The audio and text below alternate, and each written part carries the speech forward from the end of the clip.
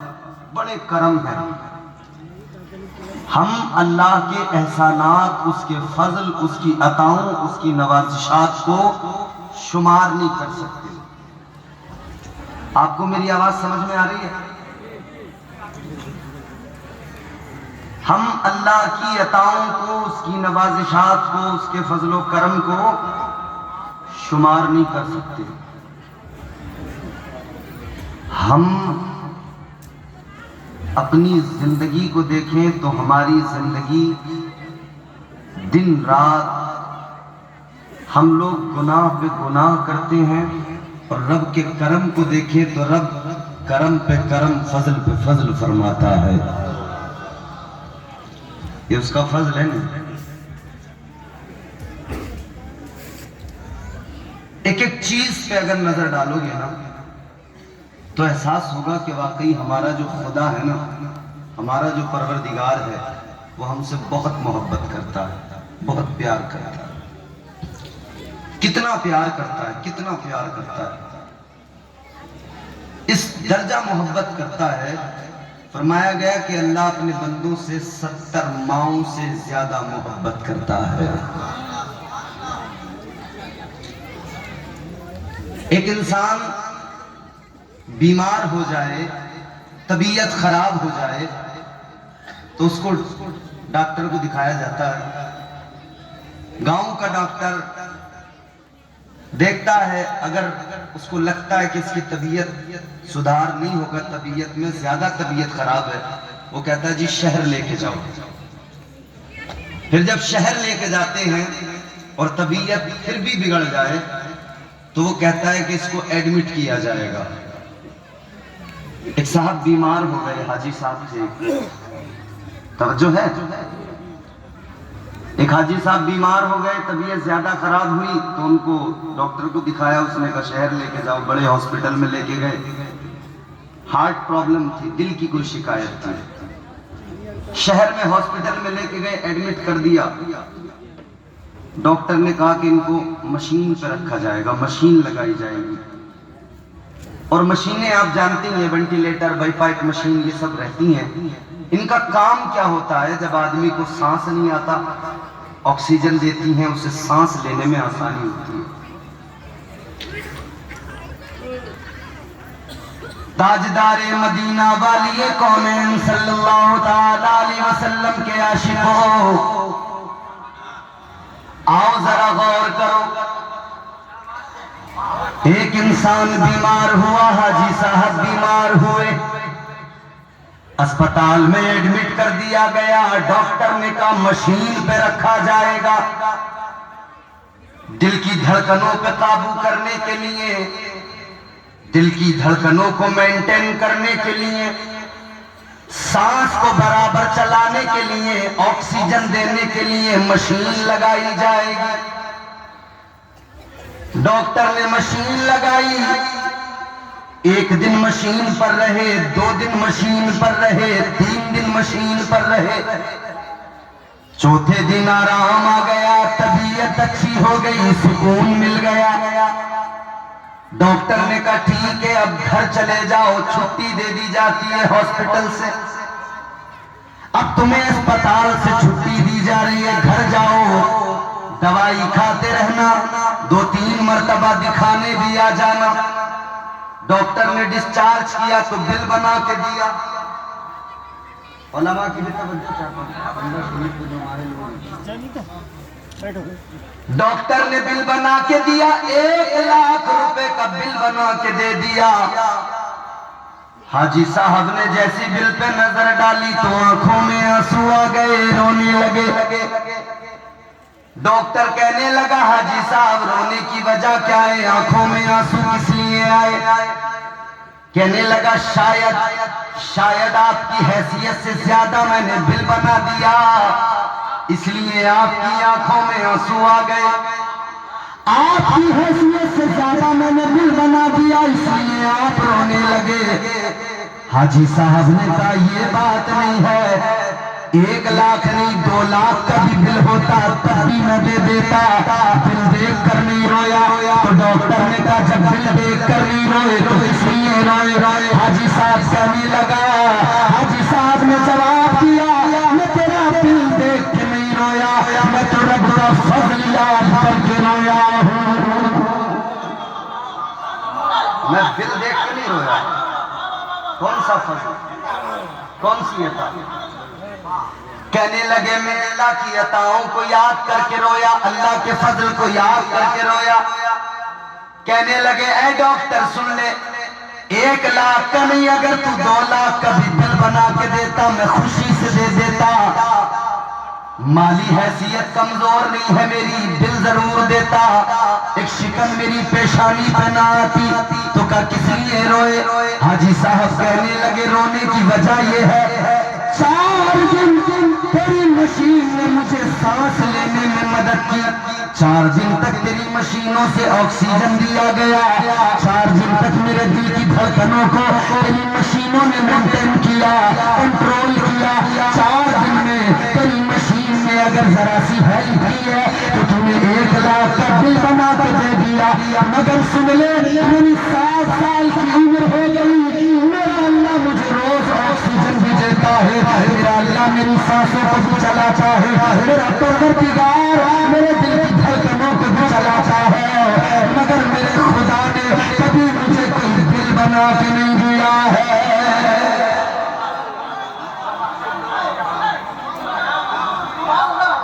اس کا فضل ہے, اس کی عطائیں دیکھیں. ذرا توجہ کریں میری طرف, بات سمجھ میں آ رہی ہے آپ کو؟ پیچھے والے بھی ذرا سنیں گے تو تھوڑا سا آپ پھر انشاءاللہ آپ محسوس ہوں گے, آپ کو اچھا لگے گا یقیناً. تو اللہ کی عطائیں بے شمار, اس کا کرم, اس کا فضل. ہم اپنی جانب نظر ڈالیں تو ہمارے شب و روز گناہوں میں گزرتے ہیں, گناہوں پر گناہ کیے جا رہے ہیں. شرمندگی نام کی زندگی میں کوئی چیز نہیں ہے, مگر اللہ کا پھر بھی کرم دیکھو, عطاؤں پر عطائیں ہیں. اب ذرا پیچھے چلو میرے عزیزوں, ان امتوں کو یاد کرو جنہوں نے گناہ کیے, اللہ نے ان پر عذاب نازل کیے. ایک امت نے کیا گناہ کیا, کیا نافرمانی کی؟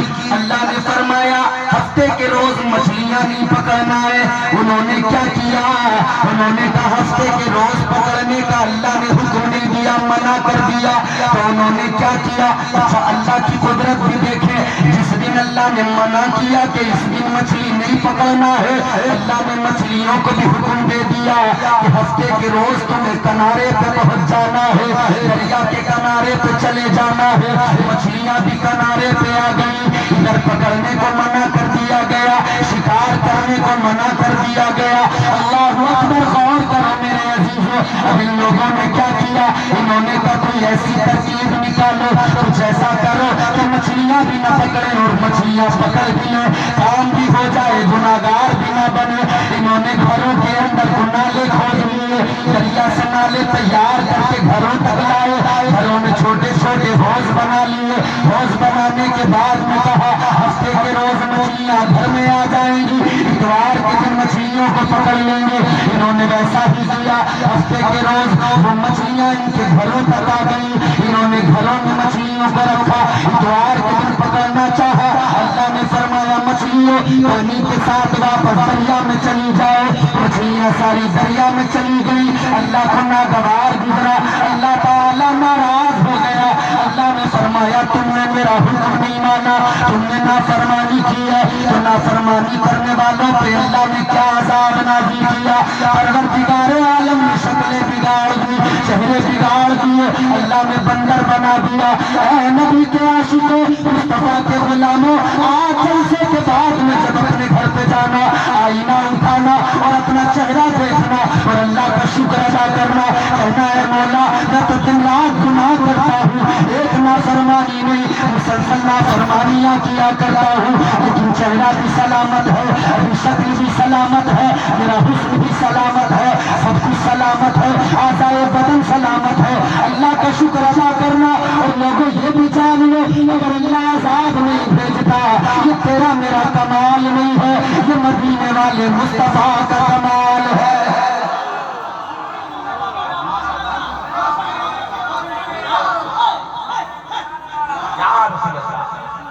زندہ باد، زندہ باد۔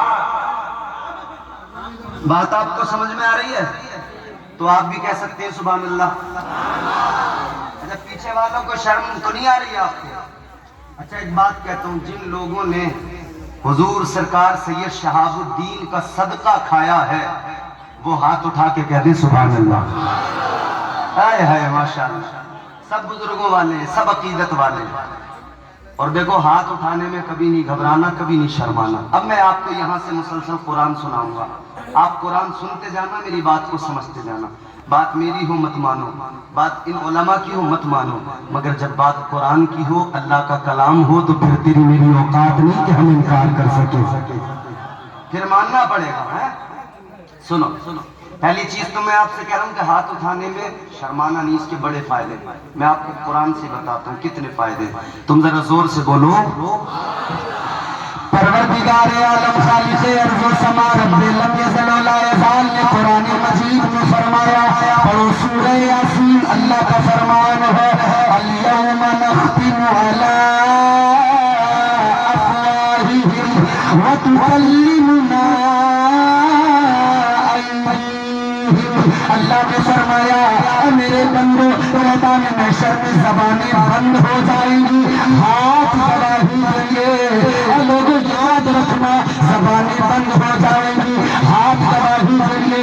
آج نبی کی بزم میں بیٹھ کر، اللہ والے کے جلسے میں آ کر اس بات کو یاد رکھو، ہاتھ اٹھا اٹھا کے سبحان اللہ کہو، تاکہ یہ ہاتھ گواہ بن جائے۔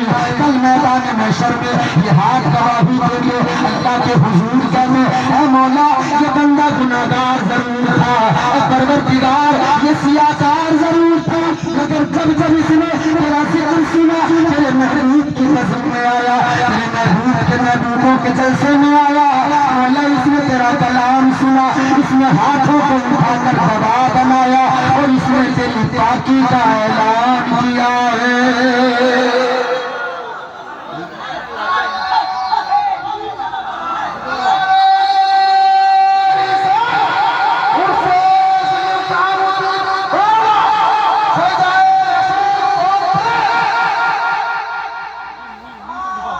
اللہ کی عطائیں اب ذرا دیکھو، ہماری زندگی اپنی زندگی پہ نظر ڈالے، ہم گناہ پہ گناہ، گناہ پہ گناہ، گناہ پہ گناہ کرتے، مگر اللہ فضل پہ فضل، فضل پہ فضل، فضل پہ فضل کرتا کیوں ہے؟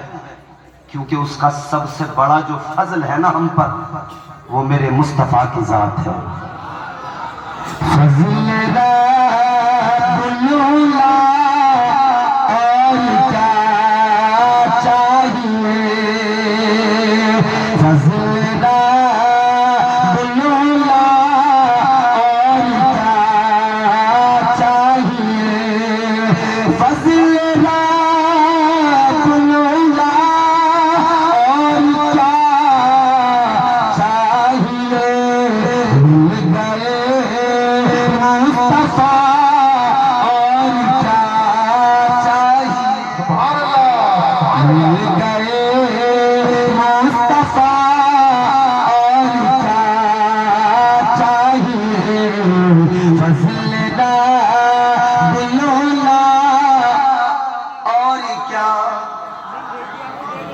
تو یہ کمال مدینے والے مصطفیٰ کا ہے۔ اللہ نے قرآن میں وعدہ جو کر لیا ہے، پروردگار نے اپنے محبوب سے وعدہ کیا۔ پروردگار عالم نے قرآن مجید میں فرمایا وَمَا كَانَ اللَّهُ لِيُعَذِّبَهُمْ وَأَنْتَ فِيهِمْ، اللہ نے فرما دیا ہے میرے محبوب جب تک تو اپنی امت کے درمیان موجود ہے، اے میرے پیارے حبیب جب تک تو اپنی امت کے درمیان موجود ہے، تیری امت پر عذاب نہیں آئے گا، اللہ اس امت پر عذاب نازل نہیں کرے گا۔ میرے عزیزو غور کرو، اللہ کا عذاب نہیں آتا بلکہ اللہ کو مسلسل فضل فرماتا ہے۔ اب ذرا اللہ کی رحمتوں کی بات کرتے ہیں، اللہ کی عطاؤں کی بات کرتے ہیں۔ آج ہم اور آپ جلسے میں آئے ہیں، ہمیں دعوت دی سعید البھائی نے، ہمیں دعوت دی یہاں کی کمیٹی میٹنگ ہم آ گئے, ہم اللہ کا کلام سنانے آ گئے. جناب حسان شاہنواز حسان آ گئے, جناب حسن اطہر صاحب آ گئے, جناب اسد اقبال کلکتگی صاحب آ گئے, محترم شمیم فیضی صاحب آ گئے, یہ تمام علماء آ گئے. لیکن لوگوں آپ بھی آئے, آپ بھی اپنے گھروں سے نکل کے آئے. یہ ایمان کی نمک ہے جو آپ کو لے کے آئی ہے, یہ جذبہ ایمان ہے جو لے کے آیا ہے, یہ رب کی محبت ہے جو لے کے آئی ہے, یہ مصطفیٰ کا پیار ہے جو لے کے آیا ہے. اور اللہ کی رحمتیں تو بہانے تلاش کرتی ہیں, اللہ کی رحمتیں تو پکارتی ہیں بندوں کو. اور ذرا سنو اللہ نے کیا فرمایا. اللہ نے گناہگاروں پر فضل فرمایا, اللہ نے گناہگاروں سے پیار کا اظہار کیا. اللہ تعالیٰ نے قرآن مجید میں فرمایا قُلْ يَا عِبَادِيَ الَّذِينَ أَسْرَفُوا عَلَىٰ أَنفُسِهِمْ لَا تَقْنَطُوا مِن رَحْمَةِ اللَّهِ. پروردگار نے قرآن مجید میں بندوں کو پکارا, پکارنے کا انداز کیا ہے. اللہ نے فرمایا قُلْ يَا عِبَادِي, اللہ نے فرمایا اے میرے محبوب, اے میرے پیارے حبیب, آپ کہہ دو, آپ فرما دو یا اللہ بندوں سے تجھے کلام کرنا ہے, بندوں سے بات تجھے کرنی ہے, لیکن تو حبیب کو پہلے بیچ میں لاتا ہے, درمیان میں اپنے پیارے محبوب کو لاتا ہے, خود نہیں کہتا محبوب سے کہلواتا ہے. ہم اگر عالم رویا میں سوال کریں اے مولا معاملہ کیا ہے, تو اللہ کی قدرت جواب دے گی اے میرے بندوں سنو, ابھی تو بندوں سے کلام کرنا ہے. میں نے تو جب توحید کی بات کی ہے, اپنی احدیت و سمویت کی بات کی ہے, اپنی خلاقیت کی بات کی ہے, اپنے ایک ہونے کا جب اعلان کیا ہے, تب بھی بندوں کو ڈائریکٹ نہیں بتایا ہے, اپنے حبیب کے ذریعے بتایا ہے. اللہ نے فرما دیا قُلْ هُوَ اللَّهُ أَحَدٌ اللَّهُ الصَّمَدُ. اللہ نے جب توحید کا اعلان کیا, اپنی احدیت کا اعلان کیا, تب بھی اپنے محبوب کے ذریعے کہلوایا اے محبوب آپ کہہ دو وہ اللہ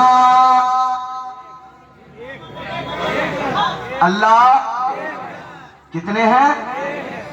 دیکھا ہے کسی نے؟ نہیں دیکھا نا, دیکھا کسی نے نہیں ہے, مگر اللہ نے تو فرما دیا لا تدرکہ الابصار. اللہ نے فرما دیا وہ آنکھیں نہیں ہے کسی کے پاس جو مجھے دیکھ سکے. موسیٰ جیسے جلیل القدر پیغمبر, انہوں نے کا مولا جلوہ دکھایا, اللہ نے فرمایا نہیں دیکھ سکتے, تو عرض کیا مولا میں نہیں دیکھ سکتا تو کون دیکھے گا. اللہ نے فرمایا وہ آنکھیں صرف اور صرف میں نے اپنے پیارے محبوب کو عطا کی ہے, جو میرا دیدار کر سکتی ہے. وہ نگاہ مصطفیٰ کو عطا کی گئی. اسی لیے تو میرے امام نے, تاجدار بریلی نے, امام اہل سنت نے کہا جس طرف اٹھ گئی تم میں دم آ گیا, اس نگاہ عنایت پہ لاکھوں سلام. تو وہ آنکھیں جو رب کا دیدار کر سکے وہ صرف مصطفیٰ کو دی. میں نے آپ نے نہیں دیکھا, مگر ہم تو اتنا کہتے ہیں ایک دیکھنے والے کا کہا مان لیا ہے, ایک دیکھنے والے کا کہا مان لیا ہے, اور بن دیکھے ہم نے تجھ کو خدا مان لیا ہے. دیکھا نہیں ہے, حضور نے بتا دیا مانتے ہیں. تو اللہ نے فرمایا محبوب آپ کہہ دو اللہ ایک ہے, آپ کہہ دو. یا اللہ حضور سے کیوں کہلوایا, حضور سے کہلوانے کا مقصد کیا ہے. آج لوگ بڑی باتیں کرتے ہیں نا کہ اللہ سے ڈائریکٹ مانگ لو, ڈائریکٹ مانگ لو, حضور کے وسیلے کی ضرورت نہیں. اللہ تعالیٰ نے سورہ توحید میں اعلان کر دیا, جب اپنی احدیت کی بات آئی تب بندوں کو عقیدہ دے دیا, مزاج دے دیا. اللہ نے فرمایا میرے بندوں سنو, میں تو خدا ہوں, میں تو خدا ہوں, میں خدا ہو کر تم سے بغیر محبوب کے وسیلے کے بات نہیں کرتا. کہ تمہیں کس نے حق دے دیا کہ تم بندے ہو کر بغیر سرکار کے وسیلے کے رب سے بات کر لو. تو حضور کو وسیلہ بنانا پڑے گا. اللہ نے فرمایا قل یا عبادی،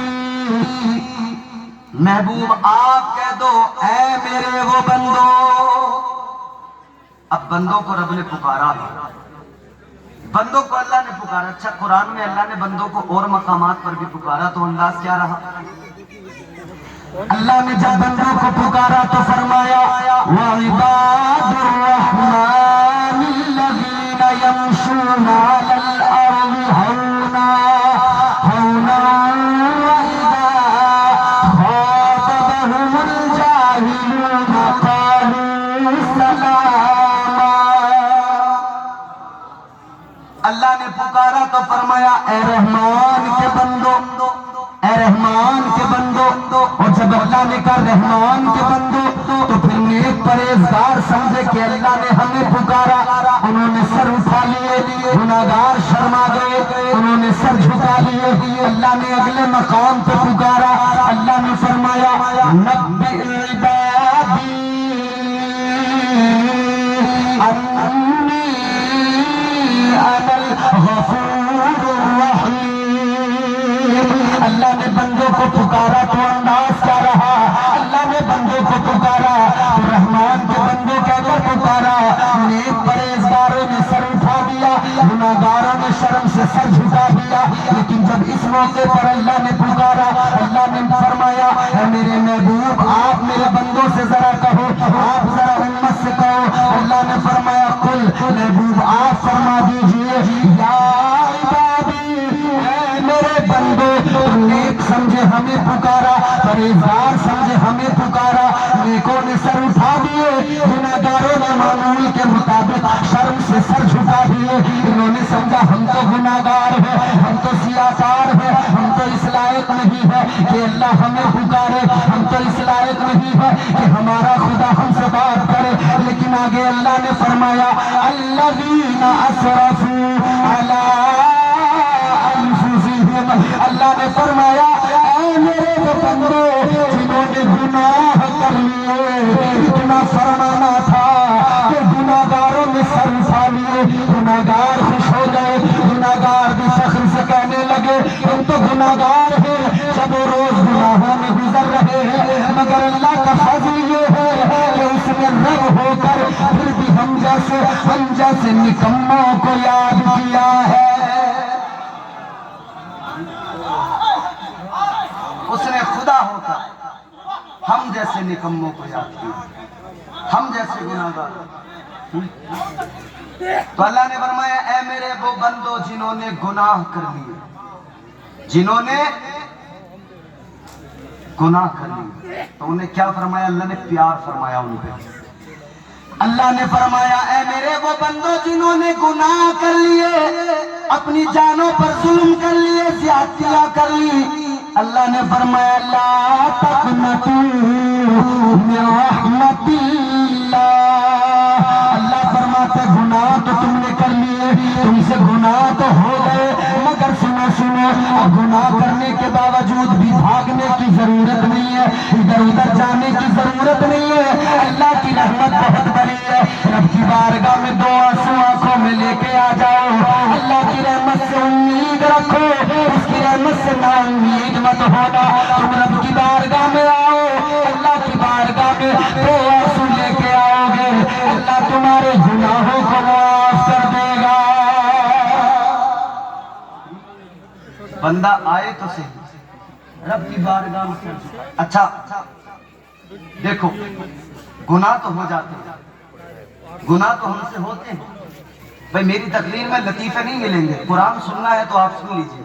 سلیقے سے گناہ تو ہو جاتے ہیں، ہم انسان ہیں، شیطان بہکاتا ہے، نفس بھی بہکاتا ہے. گناہ تو بے شک ہو جاتے ہیں، لیکن گناہ کرنے کے بعد میں بندہ نادم ہو جائے، جھک جائے، اکڑنا نہیں چاہیے.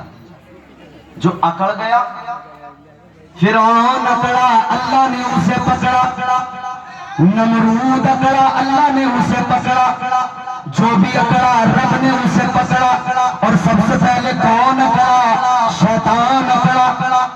تھا تو بڑا عبادت گزار، تھا تو بڑا سجدے کرنے والا، اتنے چاہیے. فرمایا گیا اگر اس کے سجدوں کو روئے زمین پر پھیلایا جائے تو ایک دل کا دانہ رکھنے کی جگہ باقی نہ رہے.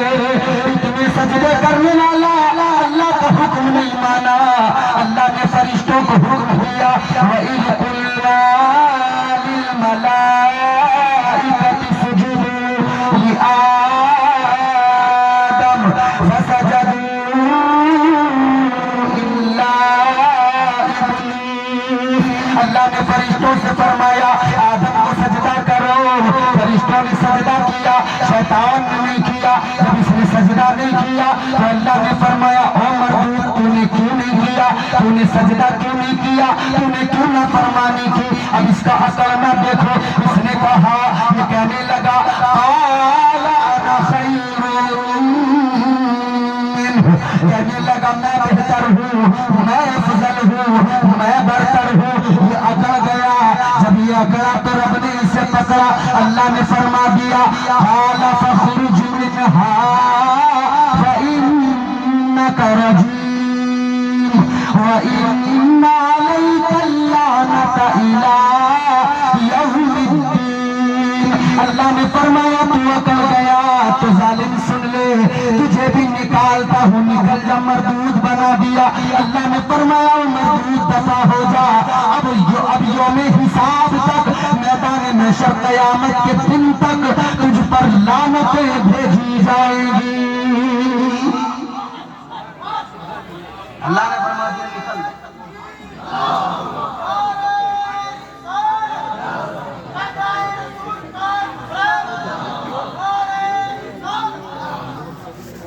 اللہ نے فرمایا نکل جا, دفع ہو جا, تو اس پر ہوں گی لعنت. تو اس نے بھی اللہ کی بارگاہ میں کچھ کہا, ایسے نہیں نکل گیا. اب سنو, میں اصل آپ کو گفتگو کی طرف لا رہا ہوں, لب لباب جہاں جو میرا ہے گفتگو کا. اس نے کہا مولا نکلوں گا تو صحیح, مگر جس کی وجہ سے نکل رہا ہوں اس سے میری دشمنی. کہنے لگا اللہ آدم کی وجہ سے نکل رہا ہوں. آدم سے دشمنی تو صرف آدم سے نہیں, انسانیت سے دشمنی, آدمیت سے دشمنی. کہنے لگا یا اللہ جا دے رہا ہوں مگر کہاں جاؤں گا. کہنے لگا لَأَقْعُدَنَّ لَهُمْ صِرَاطَكَ الْمُسْتَقِيمَ. کہنے لگا مولا جا تو رہا ہوں مگر کہیں اور نہیں جاؤں گا, صراط مستقیم پر بیٹھ جاؤں گا. جو تیرے بندے تیرا قرب حاصل کرنے تیری بارگاہ میں آئیں گے ان کو بہکاؤں گا, انہیں نیکیوں کے راستوں سے ہٹا کر گناہوں کے راستوں پہ لے جاؤں گا. اب ذرا توجہ کرنا میرے عزیزوں, اب ذرا یہ بات توجہ سے سن لینا. رب کی عطائیں بھی دیکھ لینا, رب کا پیار بھی دیکھ لینا, رب کی محبت بھی دیکھ لینا. اللہ کی بارگاہ میں شیطان نے کہا مولا صراط مستقیم پر بیٹھ جاؤں گا, تیرے بندوں کو بہکاؤں گا. اس نے آگے مزید قسم کھا کے کہا, کہنے لگا قال فبعزتك لأغوينهم أجمعين. کہنے لگا مولا تیری عزت کی قسم کھا کے کہتا ہوں تیرے بندوں کو بہکاتا رہوں گا. اللہ کی بارگاہ میں کہنے لگا مولا تیرے بندوں کو بہکاؤں گا. یا اللہ چاروں طرف سے بہکاؤں گا, سامنے سے بھی حملہ کروں گا, پیچھے سے بھی حملہ کروں گا, دائیں جانب سے بھی حملہ کروں گا, بائیں جانب سے بھی حملہ کروں گا. توجہ کرو, ذرا پیار سے سنو بات کو. اگر یہ بات تم نے سن لی انشاءاللہ میرا یقین دل بدل جائے گا. اللہ اکبر, غور کرو. شیطان نے کہا مولا سامنے سے بھی بہکاؤں گا, پیچھے کی سائڈ سے بھی بہکاؤں گا, دائیں سائڈ سے بھی, بائیں سائڈ سے بھی. کہنے لگا مولا چاروں طرف سے بہکاؤں گا, چاروں طرف سے حملہ کروں گا. اللہ نے فرمایا او مردود شیطان تو نے 4 سائڈوں کا انتخاب کیا, 4 سمتوں کو تو نے چنا ہے, آگے کو چنا, پیچھے کو چنا, دائیں بائیں سمت کو چنا.